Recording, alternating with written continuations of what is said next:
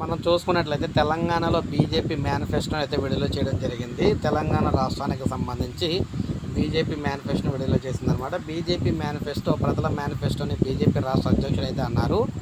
అయితే ముఖ్యంగా చూసుకున్నట్లయితే లోక్సభ ఎన్నికల మేనిఫెస్టోలో తెలుగు వెర్షన్ మన మోడీ గ్యారంటీ 2024 పేరుతో విడుదల చేశారన్నమాట. ఈ సందర్భంగా కిషన్ రెడ్డి మాట్లాడుతూ మోడీ గ్యారంటీ అంటే ఖచ్చితంగా అమలు చేస్తారని చెప్పారు. 2047 వికసిత భారత్ పేరుతో బీజేపీ ముందుకు వెళ్తూ ఉంది. అవినీతి, బంధుప్రీతిని కాంగ్రెస్ పూర్తిగా వదిలిపెట్టలేదని విమర్శించారు. కాగా మోడీ గ్యారంటీ 2047 నాటికి వికసిత భారత్ థీమ్తో బీజేపీ రూపొందించిన జాతీయ మేనిఫెస్టోను వారం ప్రధాని మోడీ అదేవిధంగా బీజేపీ జాతీయ అధ్యక్షుడు అయితే విడుదల చేయడం జరిగింది. అయితే ఇప్పుడు దీనికి సంబంధించి చూసుకుంటే తెలంగాణ వెర్షన్లో తెలంగాణలో తెలుగు మేనిఫెస్టోను రాష్ట్ర నేతలు విడుదల చేశారు.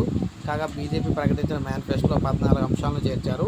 3 కోట్ల ఇళ్ల నిర్మాణం, మరో 5 ఏళ్ల ఉచిత పాటు రేషన్ పంపిణీ, 5 ఏళ్ల పాటు పైప్ లైన్ ద్వారా ఇంటింటికి వంట గ్యాస్ పంపిణీ, ముద్రా రుణాల పరిమితిని 20 లక్షలకు పెంపు, ఎప్పటికప్పుడు పంటల మద్దతు ధర వంటి ముఖ్యమైన హామీలు ఇవ్వడం జరిగింది.